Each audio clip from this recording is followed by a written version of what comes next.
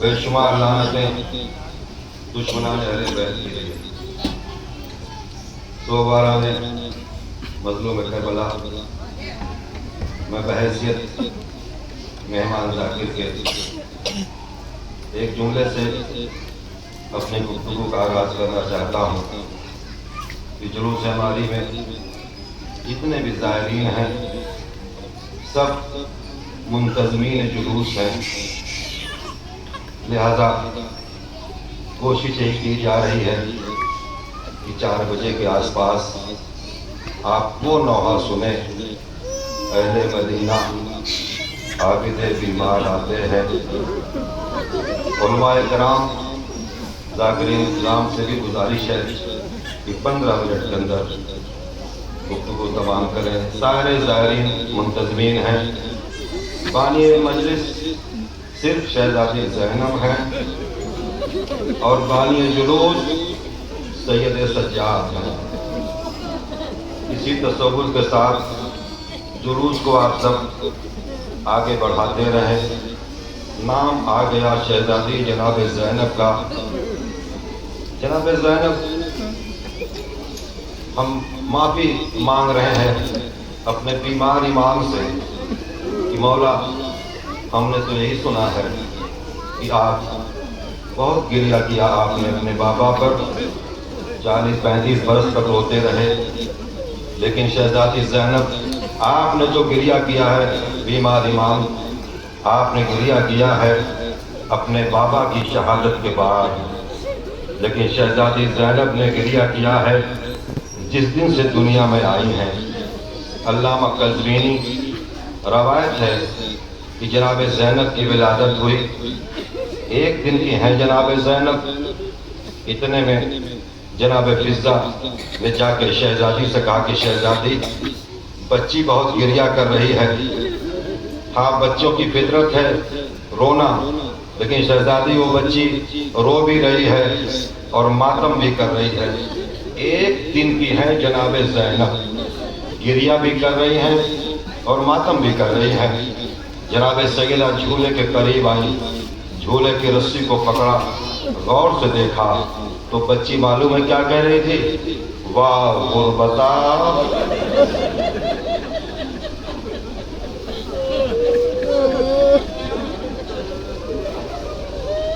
واہ مظلومہ۔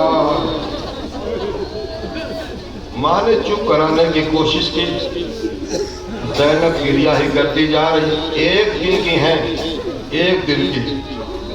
تڑپ گئی ماں، جا کے بابا سے کہا، رسول خدا سے، بابا میری بچی بہت گریہ کر رہی ہے، ماتم بھی کر رہی ہے۔ رسول اللہ آئے جھولے کے پاس، جھک کے 1 دن کی نواسی کو دیکھا۔ پہلا دن ہے، رسول خدا لقب دے رہے ہیں، اے ام المصائب، چپ ہو جاؤ میرے لال، یعنی اے مصائب کی ماں۔ نہیں خاموش ہوئی شہزادی۔ مولا علی تشریف لائے، قریب ہے جھولے کے۔ مولا علی نے کیا کہا معلوم ہے؟ 1 دن کی بچی کو دیکھ کے کہتے ہیں اے ام المحن خاموش ہو جاؤ بچی۔ امام حسن آئے، سب آگے، بچی خاموش نہیں ہوئی۔ اتنے میں امام حسین علیہ السلام آئے،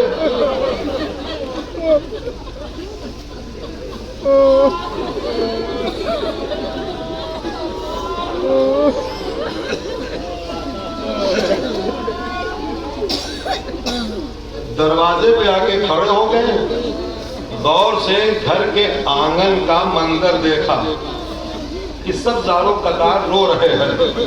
دروازے سے آواز دی، اماں فضہ یہ ہمارے گھر کا کیا ماحول ہو گیا، یہ سب رو کیوں رہے ہیں؟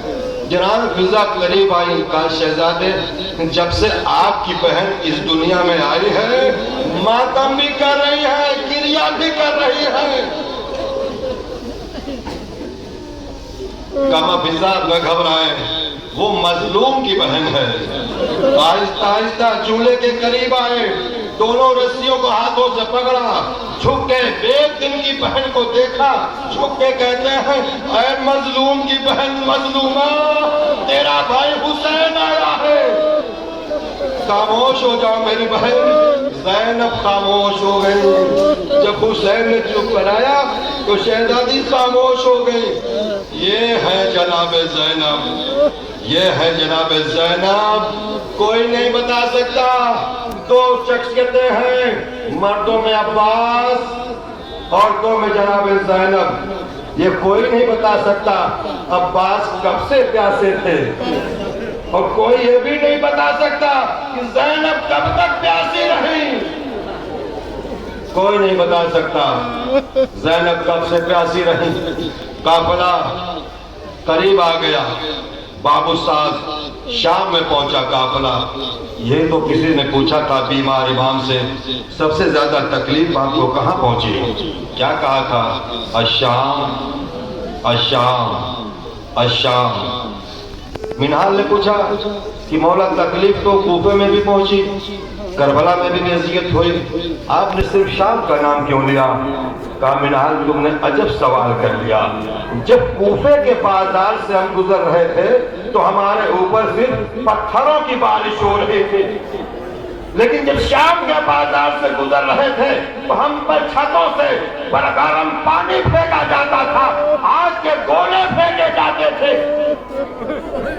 یہ ہے کوفہ اور شام میں فرق. باب السعد پہ پہنچا قافلہ, وہاں سے دربار یزید میں جانا ہے قافلہ. ایک مرتبہ بیمار امام کے بیٹے جناب باقر علیہ السلام نے کہا بابا ذرا دربار کا منظر تو دیکھیے. جب دروازہ کھلا ہے کہا بابا دربار کا منظر تو دیکھیے. سید سجاد نے سر جھکا کے دربار کا منظر دیکھا, شرابیوں کا مجمع دیکھا, ہاتھوں میں شراب کا جام دیکھا, اور اس کے بعد ایک شخص قریب آیا, سید سجاد کے قریب آیا. اس نے آگے کاغذ کا ٹکڑا دیا. بیمار امام نے کاغذ کے ٹکڑے کو غور سے دیکھا.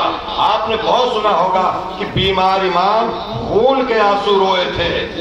بیمار امام کب خون کے آنسو روئے تھے؟ کاغذ کا ٹکڑا دیکھا, اس پر تحریر تھا. کیا لکھا تھا؟ اس کو دیکھ کے بیمار امام خون کے آنسو رونے لگے.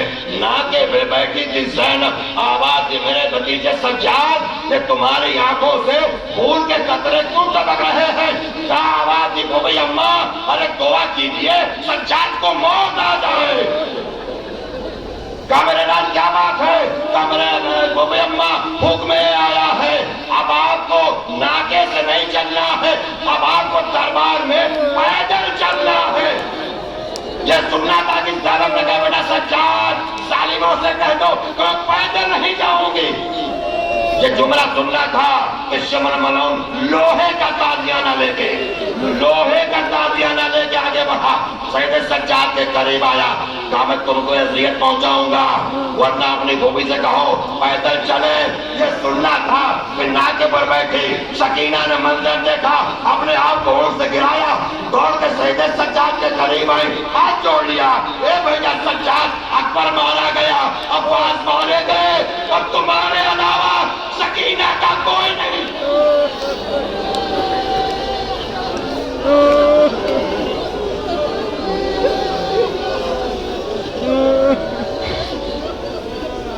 بھیا سجاد تمہارے علاوہ سکینہ کا کوئی نہیں ہے, ہم پیدل چلنے کے لیے تیار ہیں, ہم پیدل چلنے کے لیے تیار ہیں.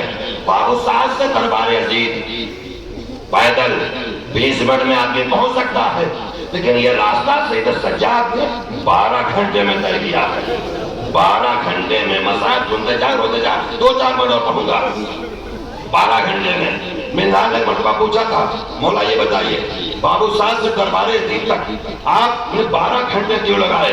تاکہ سید سجاد. کہا منہال تم نے جب سوال کر لیا. کہا مولا گستاخی معاف, کیا بات ہوئی؟ کہا منہال ہر بازار میں ہمارے لیے نئی زنجیر بنوائی جاتی تھی. جب ہم باب السعد پر پہنچے شام کے بازار میں, وہاں جو زنجیر بنائی گئی تھی اس میں 3 حلقے تھے. جو سب سے بڑا حلقہ تھا وہ میری گردن میں ڈالا گیا.